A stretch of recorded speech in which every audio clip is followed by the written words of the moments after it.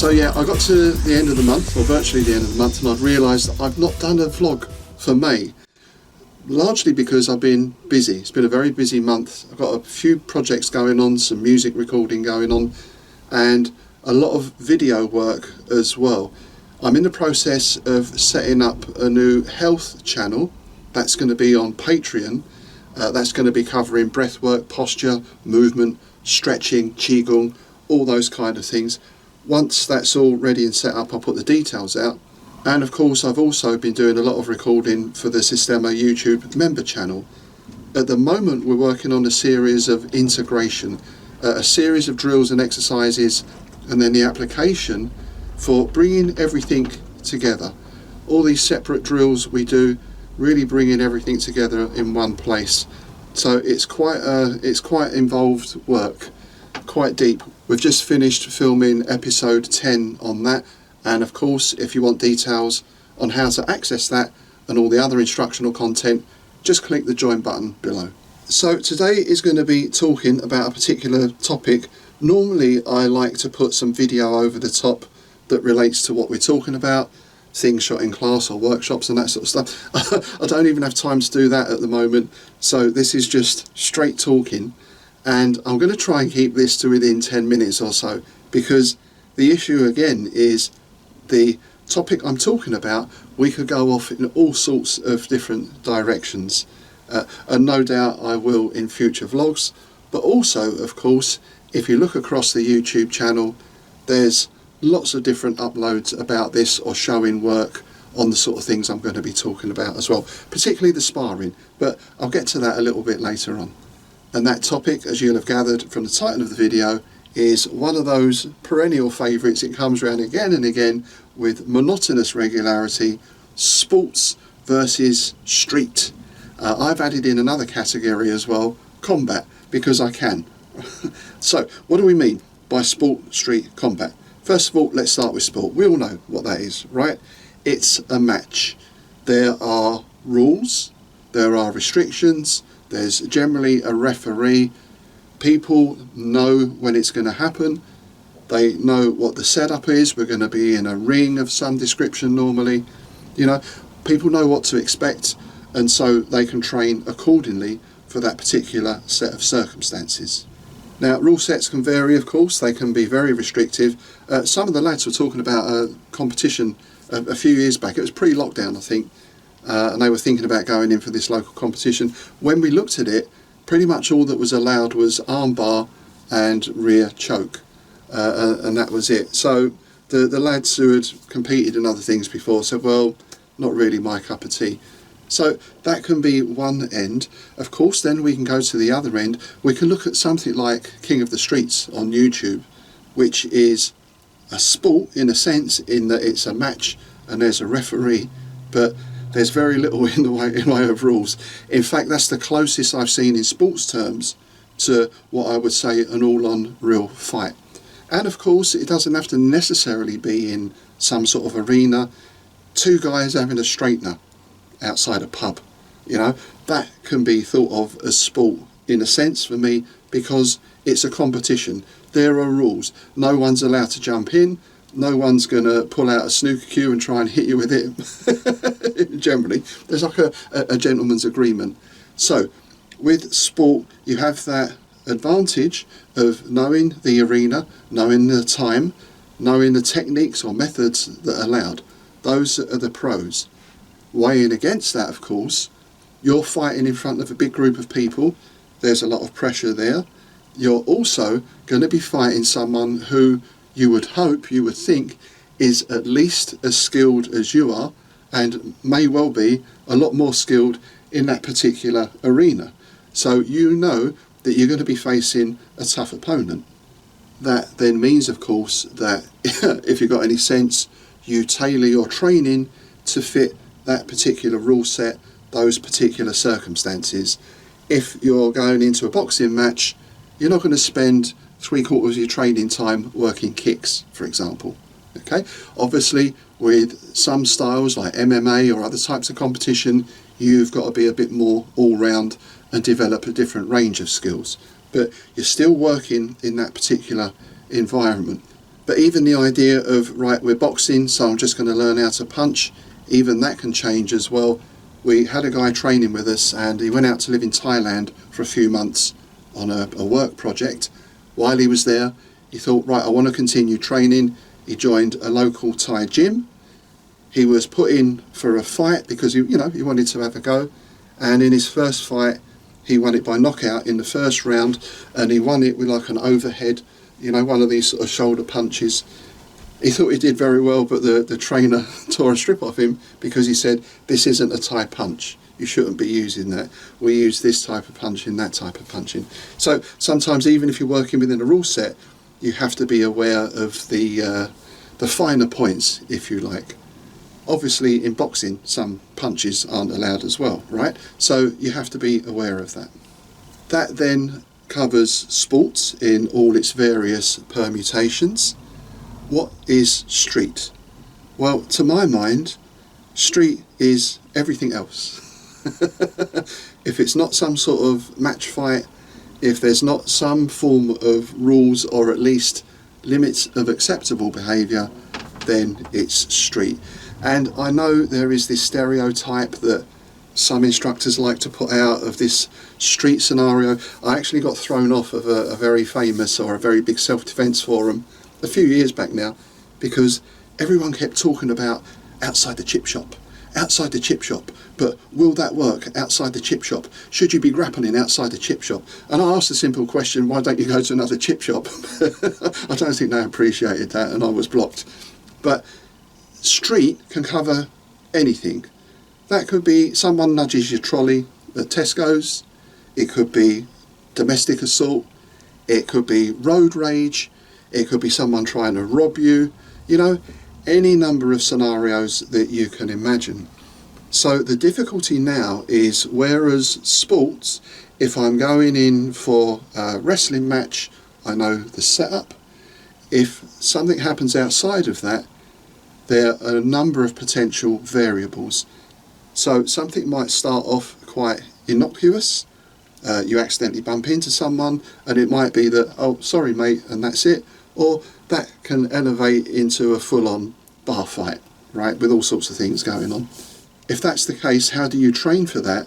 What is different in your training from working based on a sports context, for example? Well, for me, there's two things. First of all, is that general idea of awareness, how you carry yourself, how you communicate with people, how you pick up on various cues, all that kind of stuff, which is always the first line of self-defense, which again is not a term I particularly like, but everyone understands what self-defense is, you'd think. So that's the first thing. The second thing is, you have to train for the unpredictable. And for me, this is one of the beauties of Systema, which adopts that principle-led approach rather than technique, because a principle you can learn to adapt to any situation. Now, I'm not saying you can't do the same with technique, and to be honest, I don't think there's anyone who works 100% technique or 100% principle. Everything is on a scale somewhere between the two, right? Because to make a technique work, you have to understand the principles of posture and breathing and where to apply force and all the rest of it. If you just work principle and never actually put it into practice, then you're just talking theory, which, let's be honest, we see quite a lot of that in the martial arts, particularly in some of the softer styles, for example. Another thing that crops up in street, I mentioned pre, there's also during, what you do during this encounter, and there's also post-incident as well. So this might be legal issues, it might be, there's a saying about you never really win a fight, because, well, there are situations where you can overcome someone, let's put it like that, you beat them, but it's not really a good feeling. Or you might take a beating and you come away with the shame, if you like, and the stress of that as well. So there are things that linger after the incident is over. I mentioned legal things, plus of course there may be some sort of repercussions on another level. One thing I learnt very quickly when I was doing door work back in the day, I did a limited amount of door work, not a huge amount, but I learnt enough to know who to let in and who not to let in, who to confront and who not to confront, because obviously if you upset some people, there's repercussions, right? So that is all incorporated in our approach to self-defense. Next we come on to combat, and this is kind of, I suppose, the street taken to a certain point.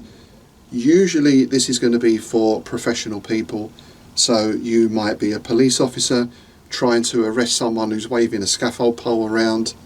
You might be in the military, you might be clearing a house or a room and you're confronted by a person with a knife or something, all those kind of things. Basically where you are at real risk of losing your life. Which again, if we go back to even our basic street scenario, is a potential. But it's not generally a potential that most of us face regularly. If your profession puts you in that position, this is something that is more than likely going to come up, right? Or at least potentially it's likely to come up. So how do you prepare for that kind of work? Now again, in Systema we're lucky in that the main teachers, the main founders, all have very extensive military background across a range of operational activities, from close protection through to running sniper teams. So alongside the general Systema principles, or methods if you like, there's also that layer of operational expertise that comes into play as well.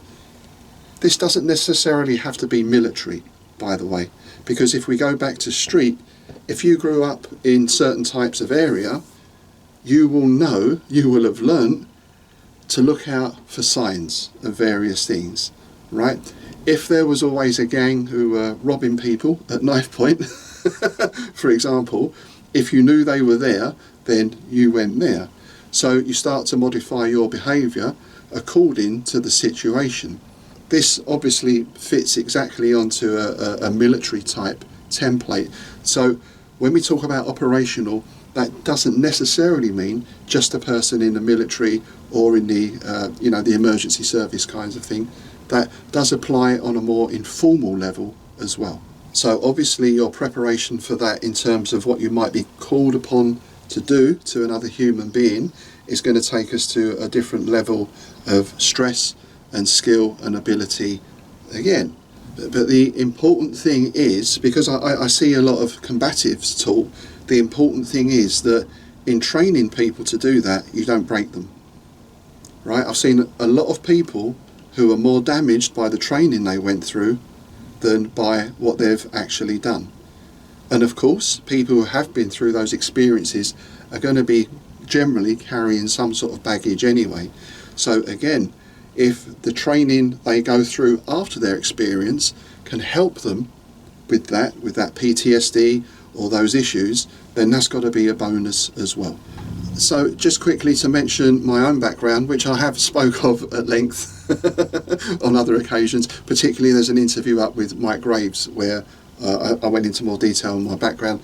I'm not served in the military, so I've not fortunately had that experience of going to war, if I can put it like that.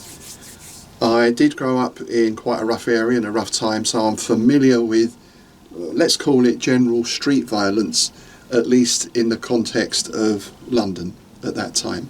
Okay, so of course things can change and you go to different places, there can be, different nuances, but generally speaking the principles of violence are universal. If you can recognise it starting, then you're already one step ahead. In terms of sport, I did judo and boxing as a kid, not to any great depth, and I've never particularly been a competitive person. My dad was very big on football, so he really wanted me to play for West Ham. That never worked out. He also put me on the cricket team as well, which I absolutely hated, and even to this day can't stand it, but there we go. So my sporting experience is very limited, and I recognise that as well.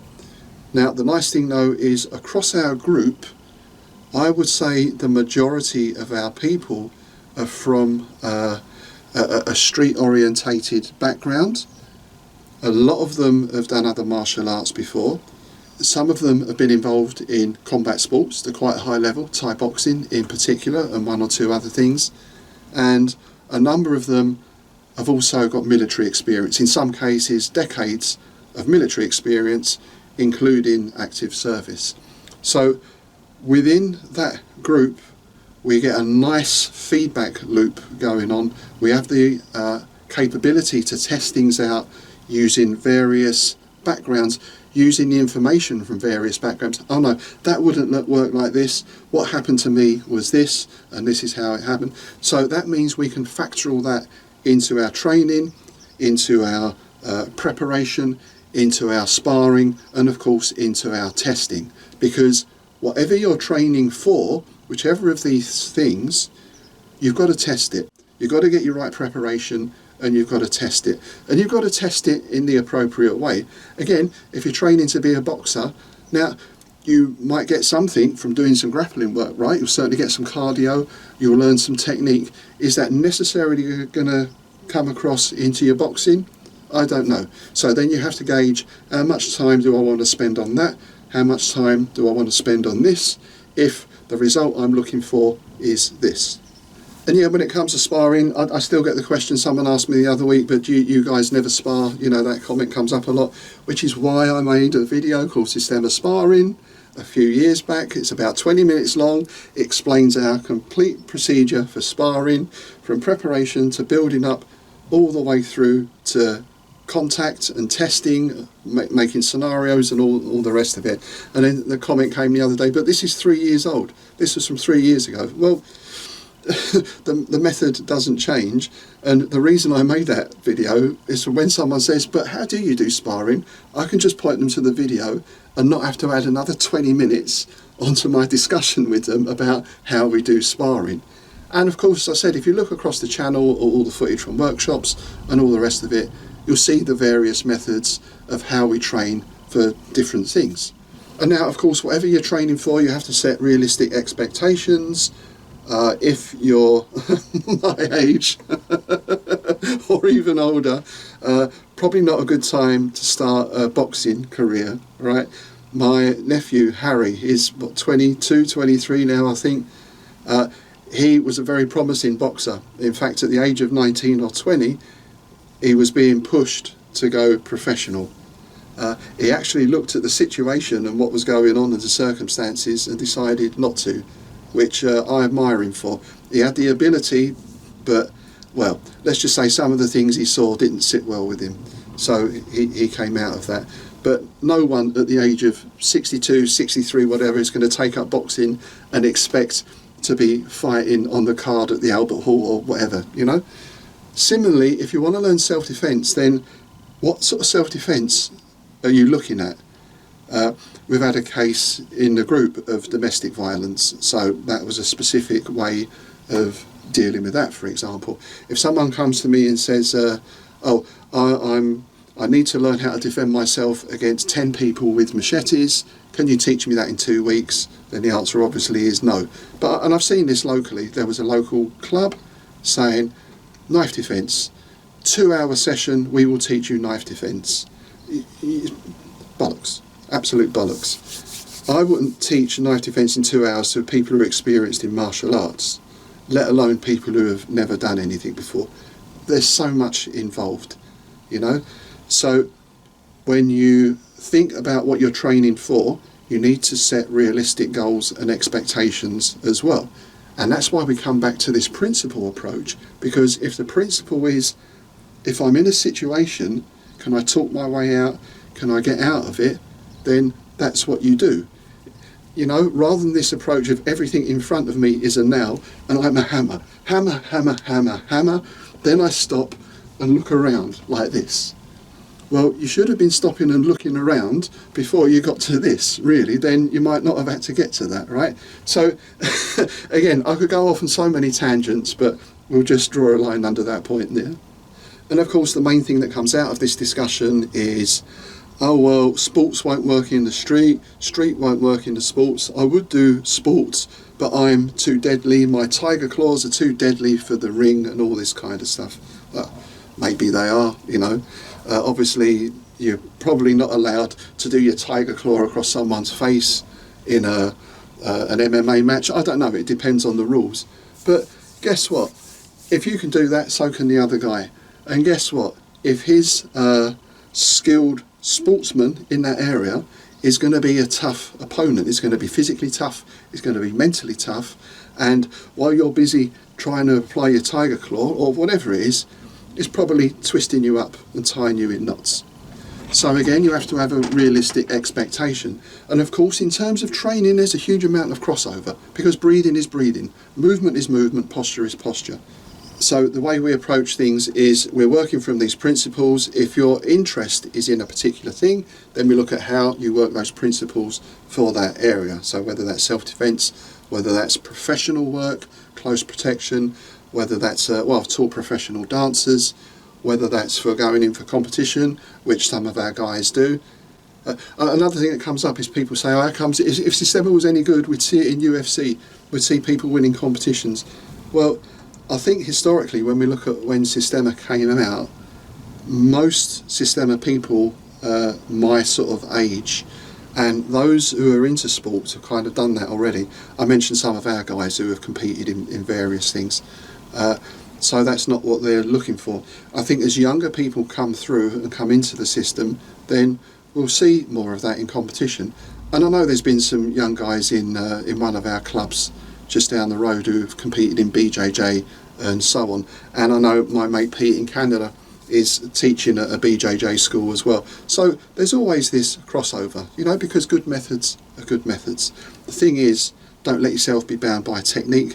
Don't let yourself be bound by style, especially as well, because this can be a downfall of some of the traditional arts. They get very locked into a style and having to do things in a very certain way. I saw a picture the other day of someone doing like a Tai Chi posture, like this kind of thing, and the caption was, "Your elbow's too high, it's making your shoulder tense." Well, look, there's a relaxed shoulder, there's a relaxed shoulder, there's a relaxed shoulder, you know. So this obsession with minute detail is great if that's feeding into something, if you're testing it. Now, a professional in anything, be they military or athlete or whatever, will be looking for those finer points. Can they shave half a second off of their time? Can they make themselves more efficient when they're carrying all their gear around and all that kind of stuff? But they have that background, and then this stuff is the finesse that goes on the top. A lot of people want to start with the finesse and ignore all the blood, sweat and tears that gets you to that point. So I think I'm going to wrap up there. I hope I've not gone on for too long. In short, be realistic in your expectations. If you have goals, you're training for a particular thing, then make sure your training is getting you there. Also make sure that whatever training you do isn't busting you up. I know of some guys who do a lot of competition stuff, and at the age of 20 odd, operations on their shoulders, they've busted this, they've busted that. You know, no medal or belt is worth compromising your health for. The other thing is train in the environment that you're going to be using your stuff in. That's why we work in cars, we work outside, we tend not to use mats, we try and work full contact as much as we can, and all the rest of it. So the way you train is the way you fight, right? That's a very old adage, and there's a lot of truth in that as well.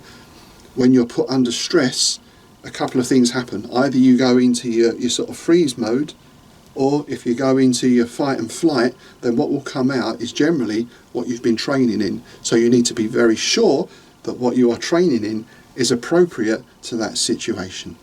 Okay, that's it for this month. Sorry this one is a bit late, and sorry there's not more instructional stuff in here. I'll return to that next time, because I had a question in about breathing. I mentioned, you know, you exhale on a punch, but can you punch on the inhale as well? We'll be looking at something around that, and maybe whatever other questions come in, do pop them down below. Any comments, suggestions are always welcome, as long as they're sensible ones. You know, if it's a one-word thing, I usually delete it. If you can argue against my points here, or tell me I'm wrong, or all the rest of it, then that's fine, but show me. Give me something of substance. You know, let's see what you've got. That's my constant thing, always. Well, show me. If you've got something better than what I'm doing, then I can learn from that.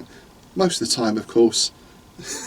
Well, let's not go into that. Let's finish there. Let's finish on a positive point. So, thanks for watching. If you haven't already, please do click the like, share and subscribe buttons. Remember to click that join button to get access to all the instructional content, and I'll see you next month.